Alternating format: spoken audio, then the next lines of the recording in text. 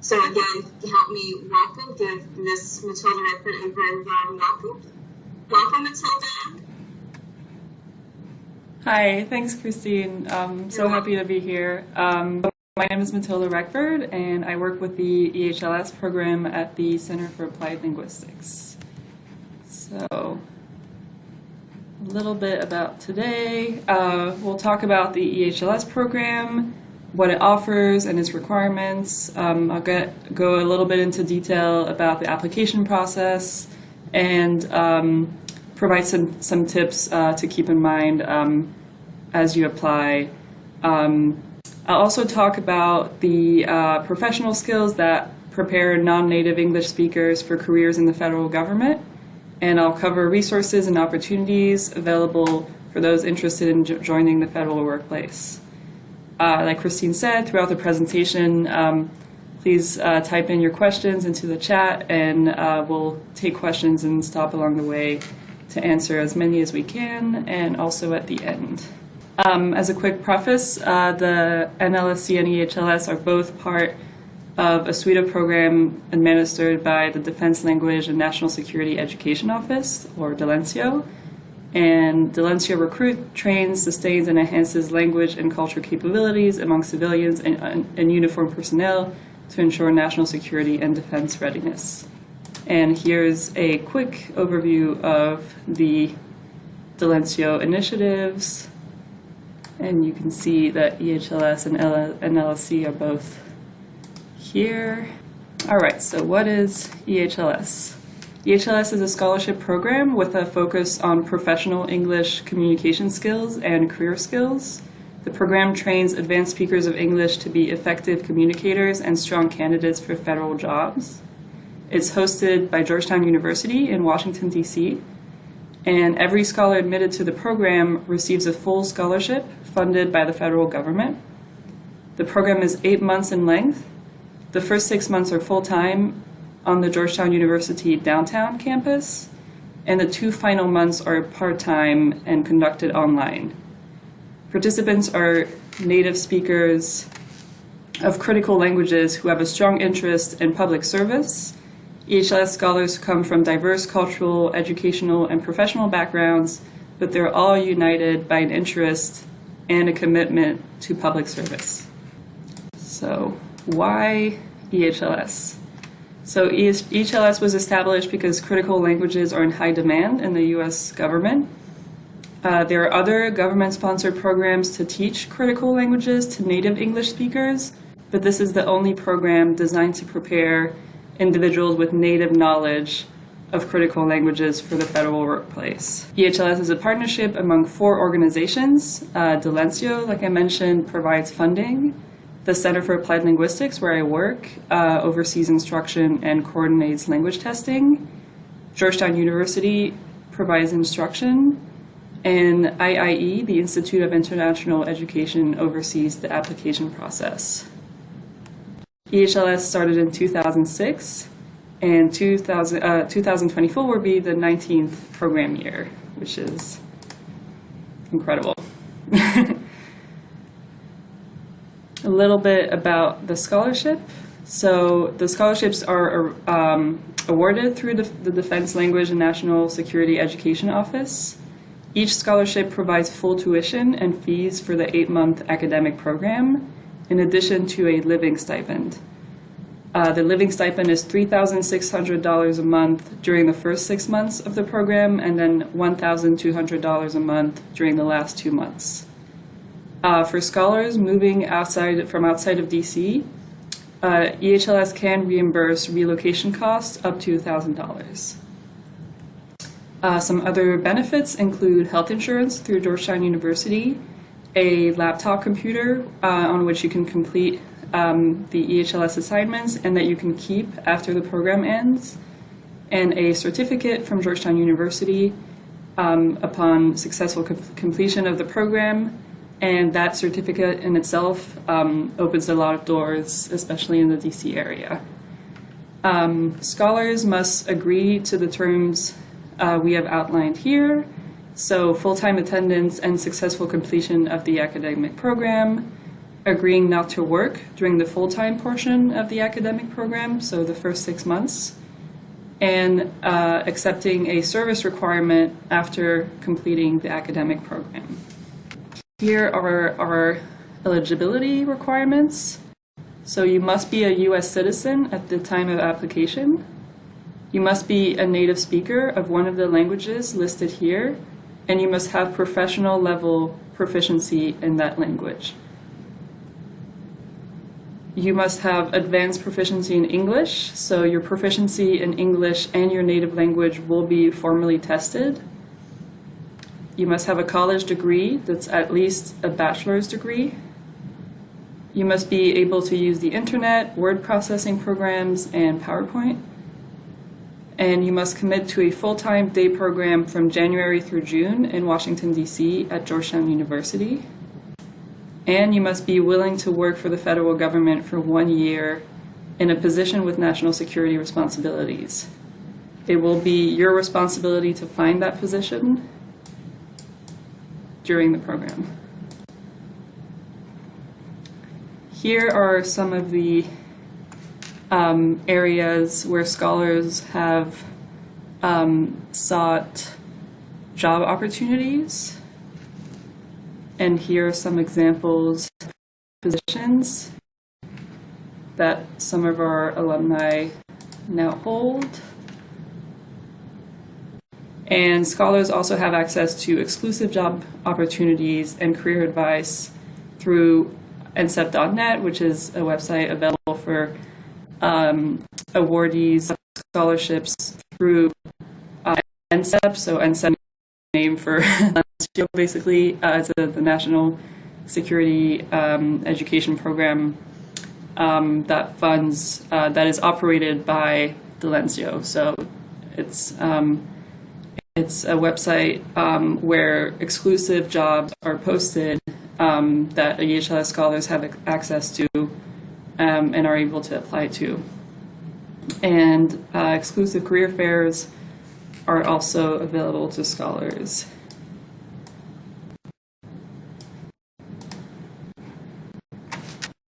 So here are some important dates in terms of how the EHLS program recruitment season is going. So right now the application is open to enter the EHLS 2024 cohort.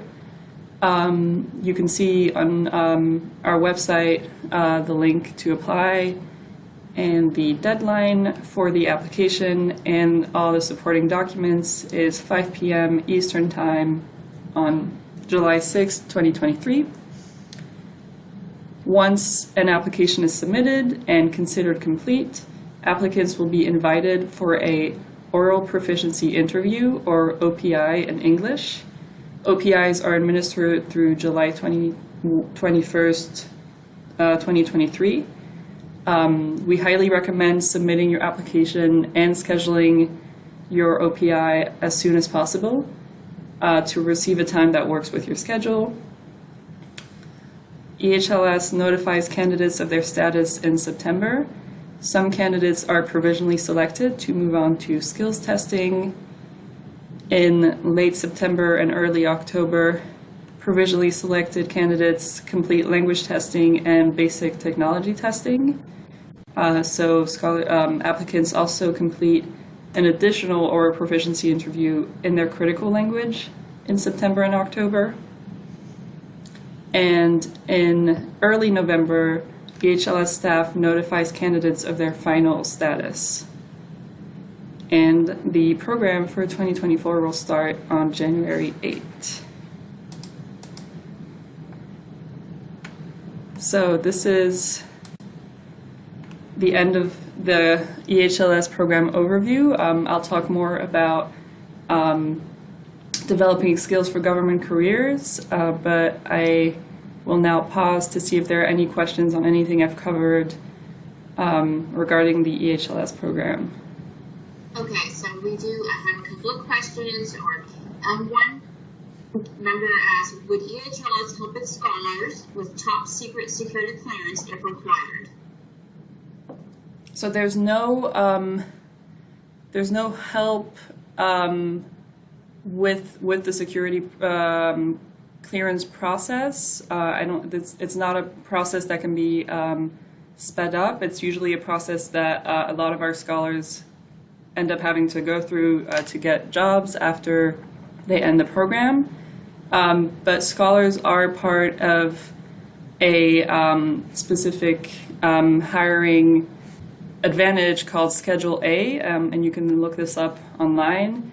And this can help speed up the rest of the hiring process, depending on what job you apply for. The clearance process itself, I believe, cannot be sped up in any way or helped with, but career counselors are always there to help. The EHLS team is always there to help if there's any reasonable help needed that they can help with.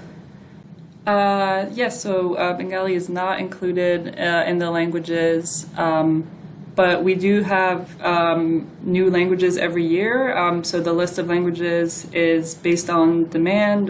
We talk with the field and they give us the language needs they have, and we do add languages every year. So I would recommend just keeping an eye on our program to see if your language is part of our language list in the future.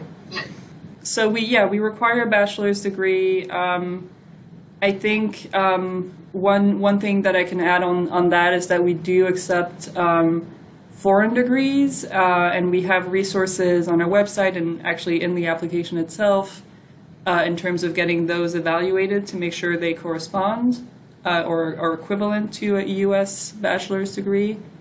But that's pretty much all I can say on that requirement. It is required, yeah.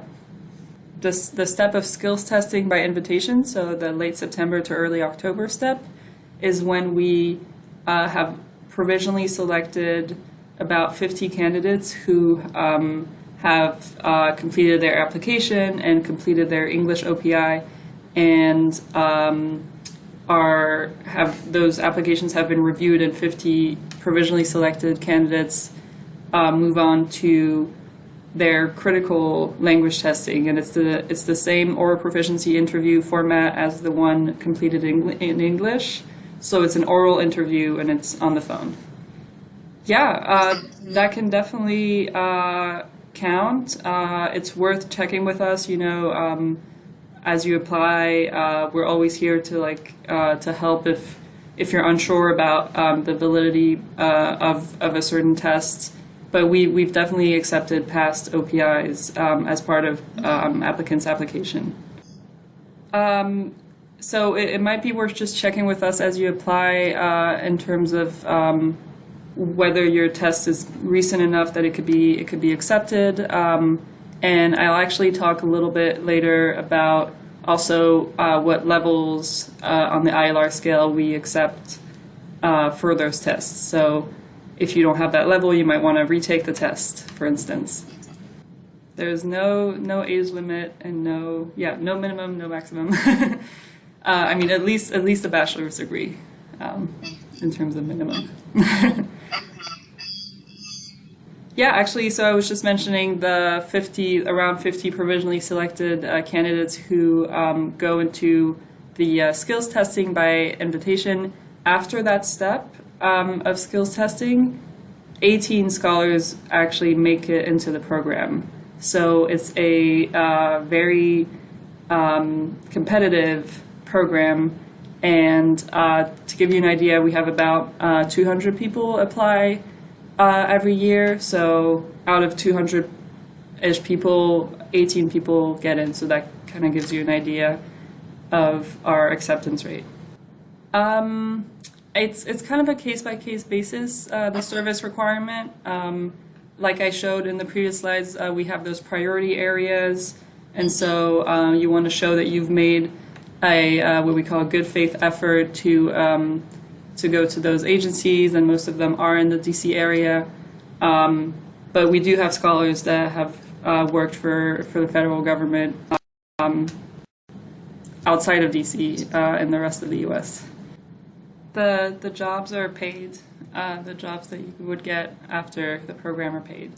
Great. So yes, I'll talk a little bit about the skills for government careers. So first, the government offers many options for training and moving across different roles and topics, and sometimes more than in the private sector.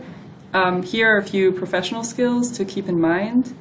Government interviewers really value previous work experience and how you describe your abilities over a specific degree or school background. If you have a broad goal but aren't sure what government job is a good fit, I recommend reading through different job descriptions and requirements to find opportunities and focus your search. And it's often easier to get hired for a government job when you have a foot in the door already through a volunteer or contracting position, an internship, or a scholarship. Now moving on to language skills. Here are a few language skills to keep in mind. To learn professional vocabulary, look online for articles written by and videos from proficient speakers working in your field. Pick sentences from those and try and use them. Knowing any variety of language is not only useful for getting a government job, but for providing a foundation to learn a different variety. For language analysts, it's helpful to read news posts and social media postings outside of work to keep up with current events and language use. And language skills are a tool to ensure you have a positive impact. Members of the military with language skills bring empathy and the ability to engage with local people, not just to foreign defense operations, but also with positive engagements with allies and humanitarian missions. That's just an example.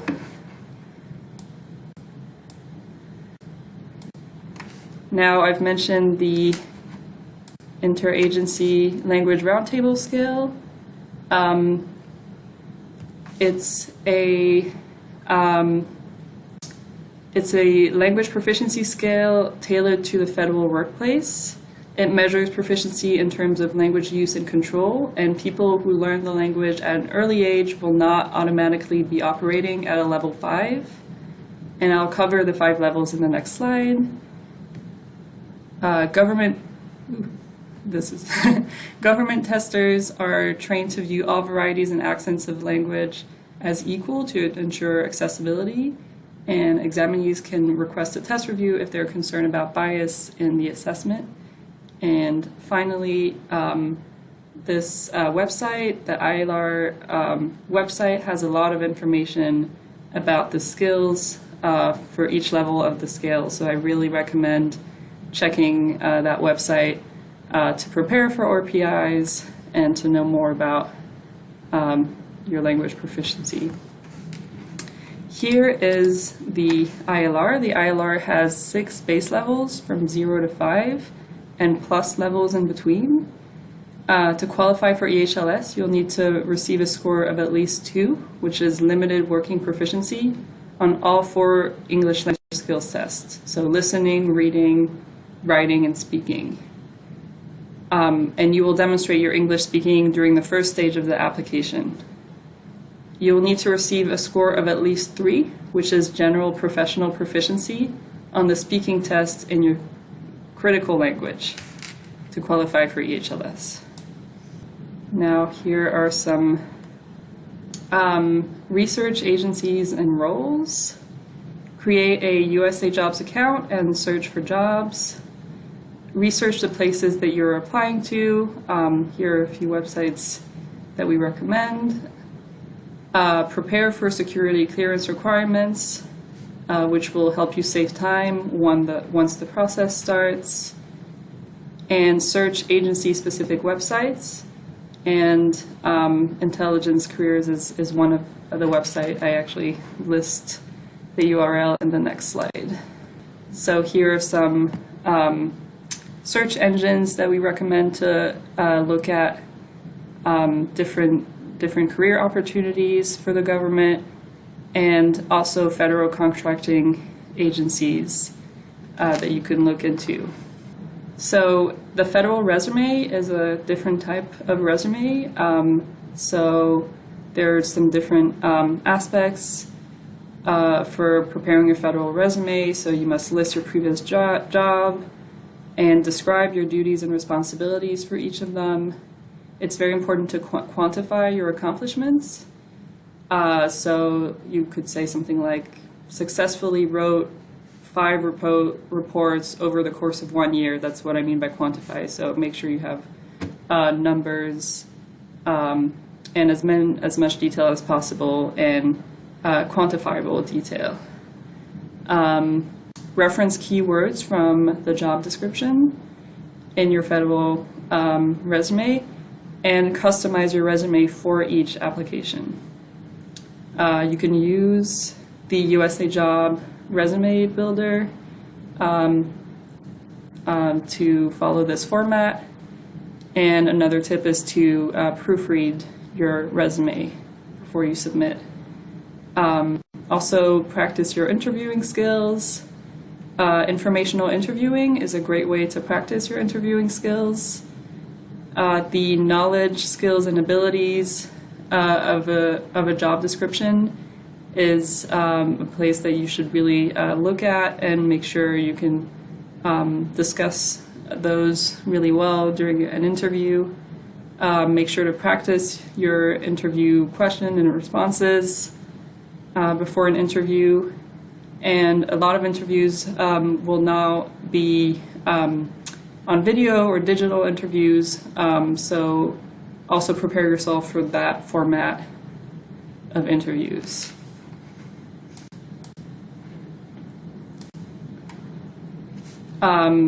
Other tips are to look into related jobs to certain jobs that you might be interested in, or a certain agency, so you can look at similar jobs at federal contracting companies, related jobs in local or state government or NGOs, apply to jobs with similar titles or skills, apply to other roles in your target agency, explore part-time and temporary jobs at your target agency or contractors, volunteer, so like I said earlier, get your foot in the door, and network. So I was talking about informational interviews before, so that's one step of the networking, where you might have gathered someone's contact through a networking event, and you would reach out to them informally. You say, could I do an informational interview? Could you tell me more about your role, about your agency, about your career? So how do you find those people? Join language clubs, get involved with local language communities. Of course, NLSC is a great place for this. Attend career fairs and networking events. Look for mentors. Connect with professionals on LinkedIn, and make your approach on LinkedIn. If you're connecting with someone personal, write a message to accompany that connect request. And you can also add a LinkedIn profile in your native language as well, or your other language. So these were my general tips for government careers, but going back to EHLS, I just wanted to show you our website and where you can apply. So this part of our website outlines the components of the application, the documents we require, and you can also check the timeline of the application cycle there. And to create your account after you've applied here, you could just click apply here, and then you can create an account and start your application. And finally, you can find EHLS on social media. We have online events like this webinar and more informational webinars that we announce on our social media and on our newsletter. So if you want to sign up to our newsletter and make sure you attend those, there's definitely more information I could share about the program.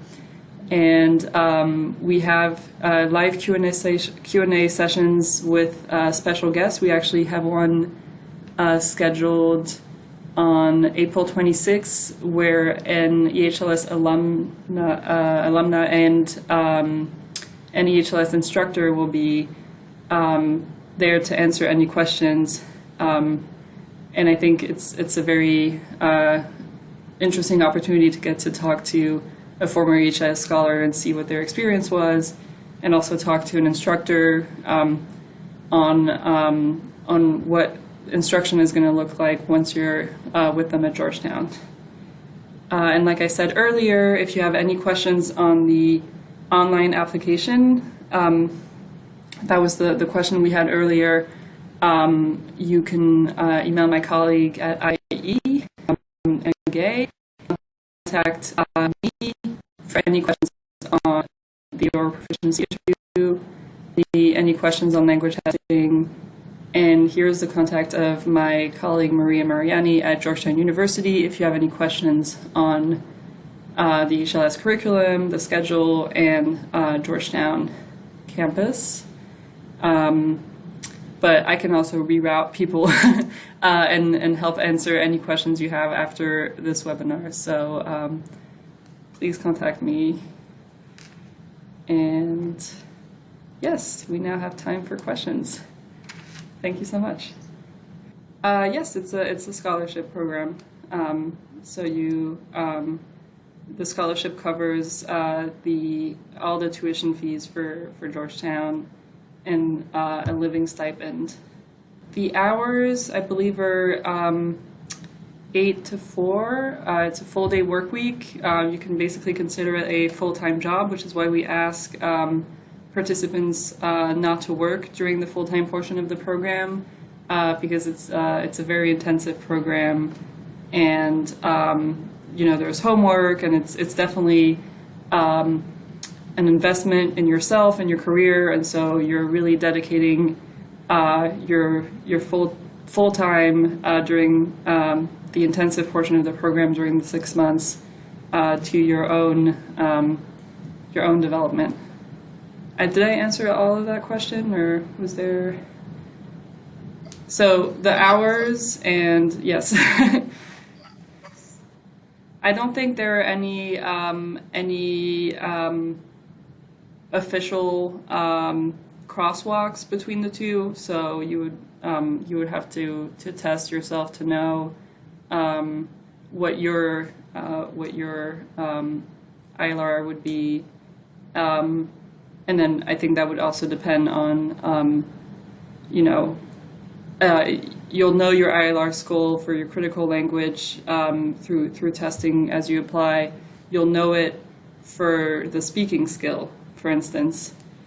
So I don't know, it can't really compare to maybe a global seal, which might have tested all 4 skills, reading, listening, writing. So we just can't compare the two. There's no crosswalk there. Yeah, you're right, Christine. The website is great for the very detailed descriptions of each level and speaking and reading and listening. So that can definitely give you an idea of where your level is. Yeah. Yeah, and as a native speaker, we don't operate every day at an ILR level 3. We really don't. That's not the normal speaking that we use. Yeah, I think following our newsletter and social media to know our other events. So we have those webinars. We have Q&A sessions with special guests, and we have in-person events. So we might be coming to your city. So you can also check our website, and we do announce those ahead of time. So you can come and chat with us, ask any questions. And along the way, please, as you're applying, anything that comes to mind, we're definitely here to help. We want you to have a successful application, so we want to help you with any tips. And yes, knowing more about the program will make you a better candidate. So the more you read the information we share on our website, the more you attend our webinars, the more you'll know, the more you'll be prepared for a successful application.